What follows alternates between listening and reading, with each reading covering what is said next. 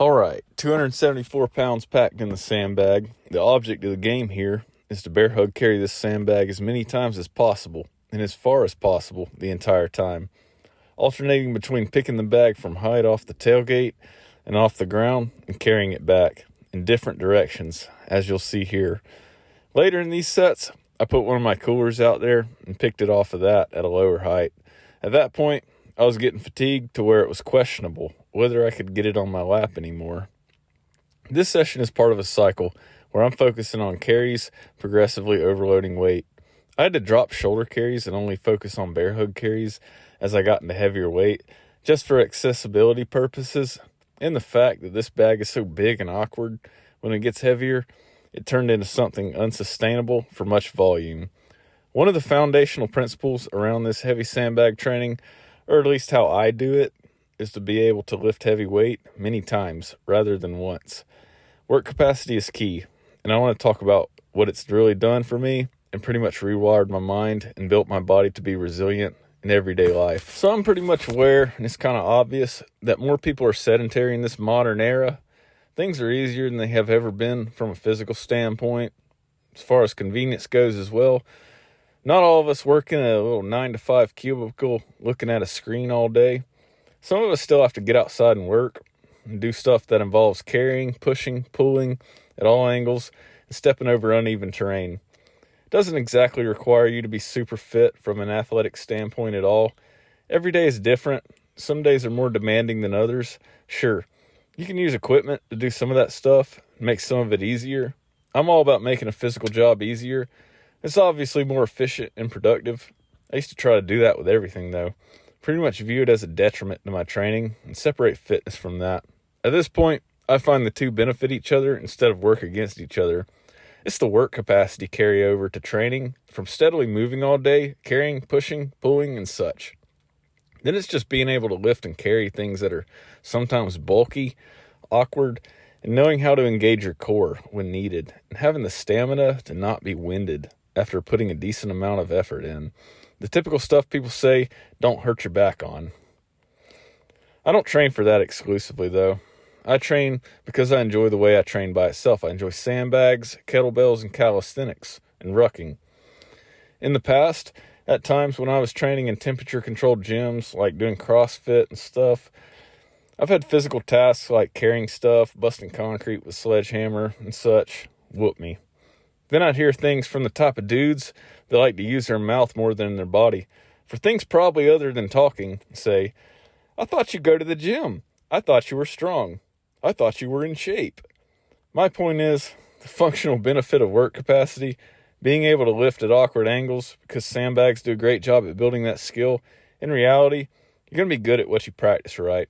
Ultimately, to me, it's about finding something that brings you satisfaction, getting good at it, regardless of what it may be, and that's really what matters at the end of the day. At this point in my career, my job involves more paperwork than anything, and I pay people to do the physical stuff that sucks.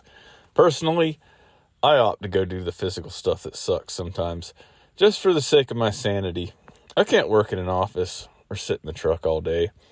I wouldn't know how to act, and I'd probably go nuts.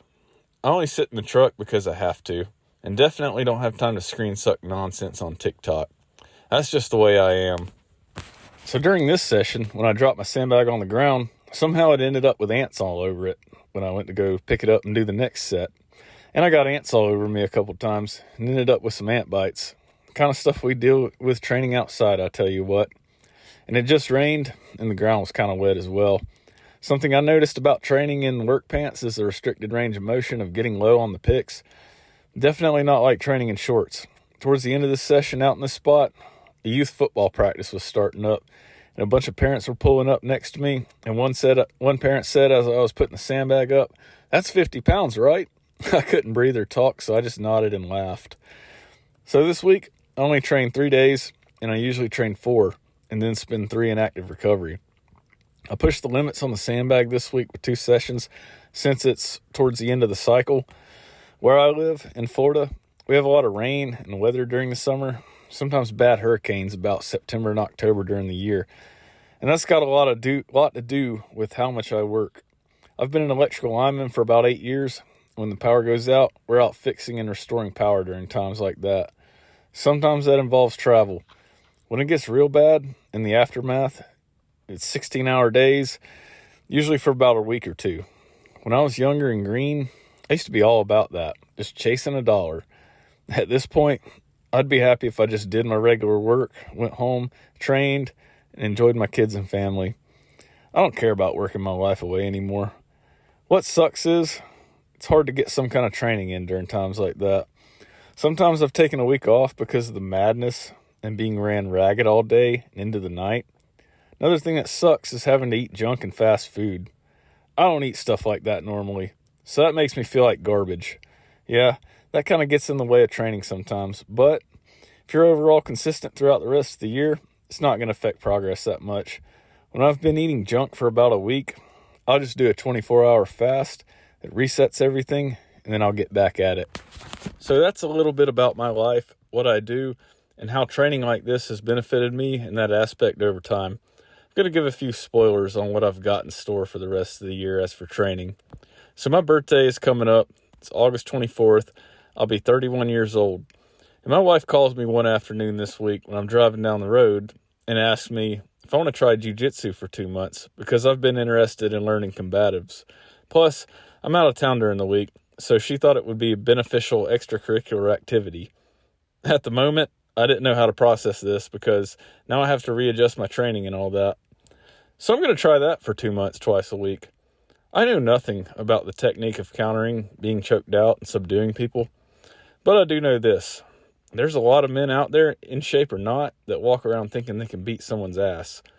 I've heard trying something like jiu-jitsu can prove otherwise. So if I can get footage, y'all might get to see me roll on the mat and get choked out. I guess we'll see how sandbags can carry over to handling bodies.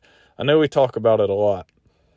On top of that, my in-laws signed me up to run a 6.2-mile obstacle course race November 1st. I've done 2 of these and learned where the weaknesses were each time. So I'm going to take 8 weeks to train for that and try to beat my time from last time. I'm going to get into more detail on that when I start training for it. But what I can say now is that it's quite demanding, it's pretty muddy, and there's some things I suck at. Similar to the Murph Challenge I did a couple months ago. So that's a little spoiler for what I got planned for the rest of 2025.